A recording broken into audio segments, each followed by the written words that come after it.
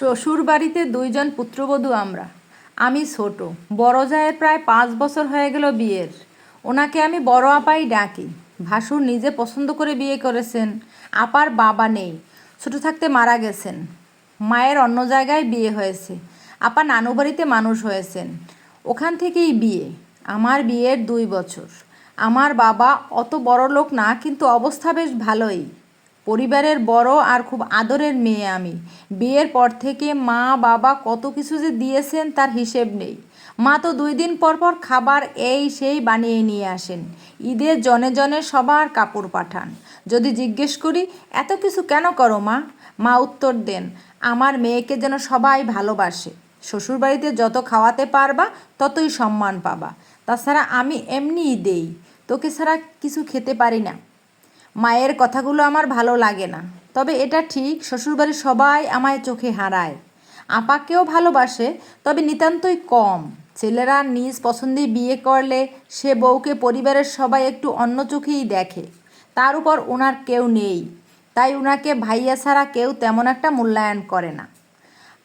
তবু আপা সবসময় হাসি মুখে থাকেন, আমার খুব ভালো লাগে। আমার কোনো বড় বোন নেই, ওনাকে আমার বড় বোন ভাবতে বেশ লাগে। জ্যৈষ্ঠ মাস, আম কাঁঠালের দিন।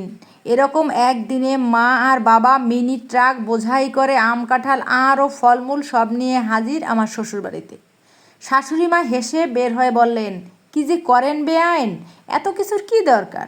আমার মা তখন চুপচাপ হাসেন।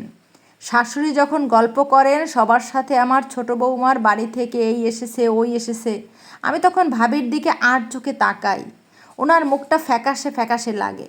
ওনার বাড়ি থেকে কিছু একদম আসে না এমনটা না, মাঝে মধ্যে মামারা এই সেই নিয়ে আসেন, কিংবা মা নিয়ে আসেন, তবে নিতান্তই কম। পরের ঘরের ঘরণী মা আর মামারা কতটুকুই বা দেখে। এক পরিবারে 2-3 জন যা থাকলে হয়তো তাদের মধ্যে হিংসা থাকে। নিজের বাপের বাড়ি বা নিজেকে বড় করার একটা প্রতিযোগিতা থাকে তাদের মধ্যে, দেখেছি অনেক জায়গায়। কিন্তু আমি এসব প্রতিযোগিতায় নামতে চাই না। আমি চাই আমায় যেমন সবাই ভালোবাসে, আপাকেও বাসুক। মা বড় হাতে কিছু নিয়ে আসলেই আপার লজ্জা লাগে খুব। ব্যাপারটা আমি বুঝি, ওনার দিকে তাকালেই টের পাই। আমারও খারাপ লাগে। আমি মাকে এজন্য বাধা দিলেও তিনি শোনেন না। কিন্তু আসল কারণটা মাকে বলিনি। সেদিন মায়েরা চলে যাওয়ার পর শুয়ে পড়ি আমি। চোখের পাতায় ঘুম চলে আসার সাথে সাথে শাশুড়ি মায়ের চিল্লাচিল্লি শুনলাম। আপার সাথে তর্কাতর্কি হচ্ছে।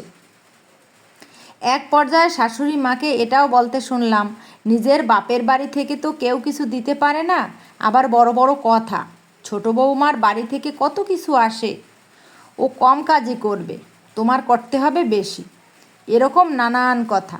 আমি শোয়া থেকে উঠে চুপচাপ বসে রইলাম রুমে। শাশুড়ি মা আর আপার সব কথা শুনলাম। পরিস্থিতি স্বাভাবিক হওয়ার খানিক বাদে আপার রুমে গেলাম। দেখি আপা চুপচাপ কাঁদছেন। আমি আপার কাঁধে হাত রাখলাম। আপা ফিরে তাকালেন, চোখ মুছে বললেন, তুমি আমায় ভুল বোঝো না, আমি তোমার নামে খারাপ কিছু বলি নাই। শরীরটা খারাপ লাগছিল, তাই সবজিগুলো তুমি কাটার জন্য রেখে দিয়েছিলাম। মা যখন জিজ্ঞেস করলেন ওগুলো আলাদা রাখছি কেন, তখন শুধু এটাই বলছিলাম যে ছোট বউ কুটে নিবে, ব্যাস এটুকুই। মা কত কথা শোনালেন। উনি প্রায় এমন খোঁটা দেয় আমায়, আমি চুপচাপ গিলি কথাগুলো, কাউরে বলি না।